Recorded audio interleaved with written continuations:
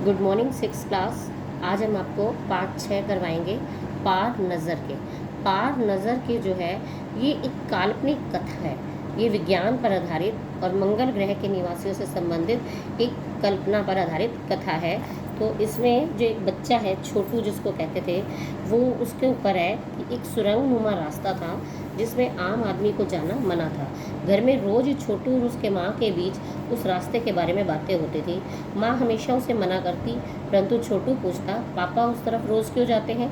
उस रास्ते पर छोटू के जाने की उत्सुकता दिन प्रतिदिन बढ़ती जा रही थी। जिस काम के लिए बच्चों को मना किया जाता है वो कहते हैं कि काम तो ज़रूर करना है। तो ऐसे ही एक दिन छुट्टी थी तो छोटू के पापा घर पर थे और बस छोटू को मौका मिल गया।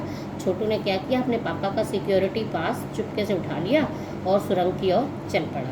पूरी कॉलोनी ही ज़मीन के नीचे बसी हुई थी। इस कॉलोनी तक पहुंचने के लिए तो एक सुरंगनुमा रास्ता था। सुरंगनुमा मतलब बहुत ही तंग रास्ता था। अंदर दिए जल रहे थे। छोटू एक दरवाजे के समीप पहुंचा। उस दरवाजे में एक खांचा था। खांचा समझते हो, एक तरह का छेद था वो। तो उसमें कार्ड डालने का दरवाज़ा खुल जाता था। ऐसा उसमें व्यवस्था थी कि अगर उसमें जो कार्ड डाला जाएगा सिक्योरिटी पास तो अपने आप दरवाज़ा खुल जाता था।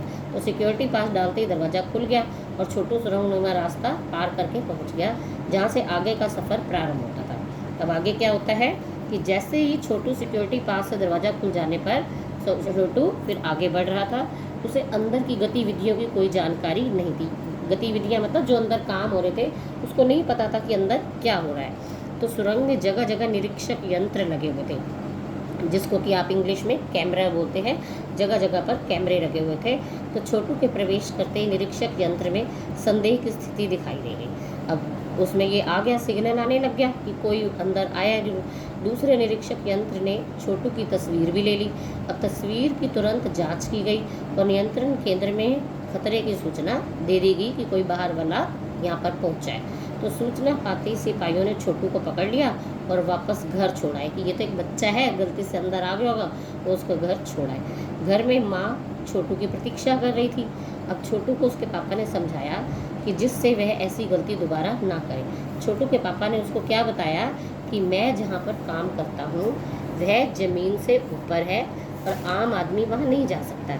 इस वातावरण में कोई जीवित नहीं रह सकता। भाई मना इसलिए कर रहा हूँ क्योंकि वहाँ हर एक का जीवित रहना असंभव है। तो मैं विशेष प्रकार का स्पेस सूट पहनकर जाता हूँ जिससे ऑक्सीजन मिलती है, क्योंकि सांस लेने के लिए ऑक्सीजन चाहिए होती है। तो उसने कहा कि मैं जो पहनावा पहनता हूँ उसमें ऑक्सीजन का इंतजाम होता है और मैं सांस ले पाता हूँ। इसी स्पेस सूट से ठंड के वातावरण से भी बच जाता हूँ। विशेष प्रकार के जूते पहनकर चला जाता हूँ। ज़मीन के ऊपर चलना आसान नहीं होता, इसके लिए विशेष प्रकार का प्रशिक्षण दिया जाता है। अब आगे मंगल ग्रह के बारे में बताया गया है कि एक समय था जब लोग मंगल ग्रह की ज़मीन पर रहते थे, पर धीरे धीरे वातावरण में परिवर्तन आने लगा। परिवर्तन का प्रमुख कारण क्या था? सूरज। सूरज में परिवर्तन होते ही प्राकृतिक संतुलन जो था वो बिगड़ने लगा। सूर्य की रोशनी और उष्णता से पशु पक्षी, पेड़ पौधे तथा अन्य जीव पोषित होते थे। ये तो आपको भी पता है, सूर्य की रोशनी में ही सभी को जीवन मिलता है। तो प्राकृतिक संतुलन बिगड़ने में सभी पशु पक्षी, पेड़ पौधे नष्ट हो गए। हमारे पूर्वजों ने अपने तकनीकी ज्ञान से ज़मीन के नीचे अपना घर बना लिया है और यंत्रों के सहारे ज़मीन के नीचे रह रहे हैं। कुछ लोग यंत्र का ध्यान रखने का कार्य करते हैं। अब ज़मीन के नीचे तो सूरज की किरणें नहीं जा सकती ना, तो सूर्य की किरणें ना मिलने से वहाँ पर पेड़ पौधे, वहाँ का जीवन सब खत्म हो गया। तो आगे क्या कहता है कि छोटू के पापा दूसरे दिन काम पर गए। वहाँ कंट्रोल रूम में उन्होंने टीवी की स्क्रीन पर एक बिंदु देखा। अब उस बिंदु की जगह बदल रही थी, बार बार अपनी जगह से बिंदु हिल रहा था और धीरे धीरे यह धरती की ओर आ रहा था। छोटू के पापा को संदेह हुआ कि कहीं यह अंतरिक्ष यान तो नहीं है। जैसा कि मैंने पहले कहा कि कल्पना की जा सकती है, अंतरिक्ष यान आज तो कोई बड़ी बात नहीं है, लेकिन उस समय में अंतरिक्ष यान का होना भी उनको अजीब लग रहा था। अनेक प्रश्न उनके मन में उठ रहे थे। तभी संदेह दूर हो गया। दूर से बिंदु दिखने वाला वो सचमुच अंतरिक्ष यान ही था। तो हमारे पूर्वजों ने अंतरिक्ष यानों का प्रयोग किया था, परंतु हमारे लिए ये असंभव था। तभी अंतरिक्ष यान से एक यांत्रिक हाथ बाहर निकला।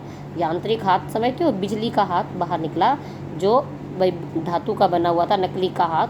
तो धीरे धीरे उसकी लंबाई बढ़ती जा रही थी। अब इस बात के ऊपर वहाँ पर एक मीटिंग हुई, तो तभी कॉलोनी की प्रबंध समिति की सभा आयोजित हो गई। सभा यानी सब मिलके बैठ के उन्होंने सलाह की। तो अध्यक्ष ने बताया कि 2 अंतरिक्ष यान मंगल ग्रह की ओर बढ़ रहे हैं।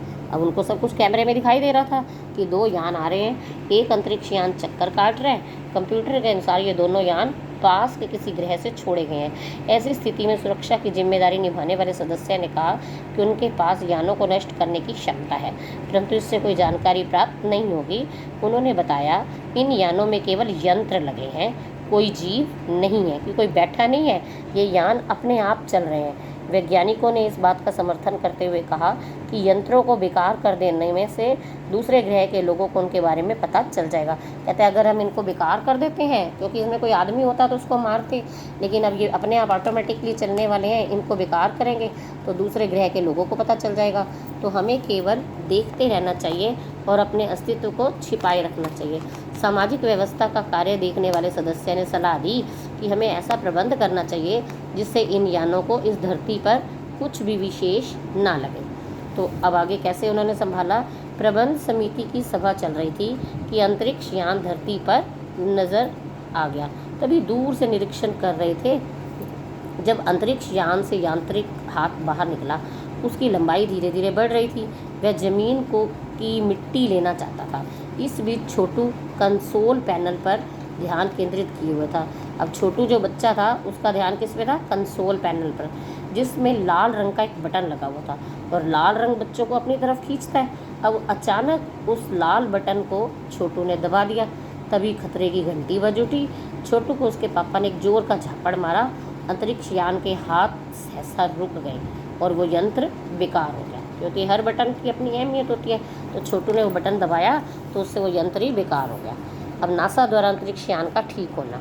तो पृथ्वी पर national aeronautics and space administration का वक्तव्य आया कि मंगल ग्रह की धरती पर, मंगल ग्रह जो है वो धरती पर उतरा और अंतरिक्ष यान वाइकिंग अपना निर्धारित किया हुआ कार्य कर रहा था। ये सूचना आ गई।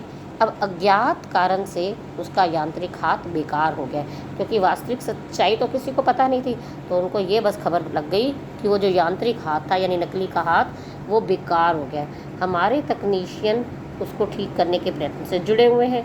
इसके कुछ ही दिनों बाद पृथ्वी के अखबारों में समाचार आया कि वाइकिंग यान ठीक कर दिया गया है और यांत्रिक हाथ मिट्टी के नमूने एकत्र करने में लगा हुआ है। पृथ्वी के वैज्ञानिक मंगल की मिट्टी का अध्ययन द्वारा पता लगाएंगे कि क्या मंगल ग्रह पर भी पृथ्वी के समान जीव का अस्तित्व है।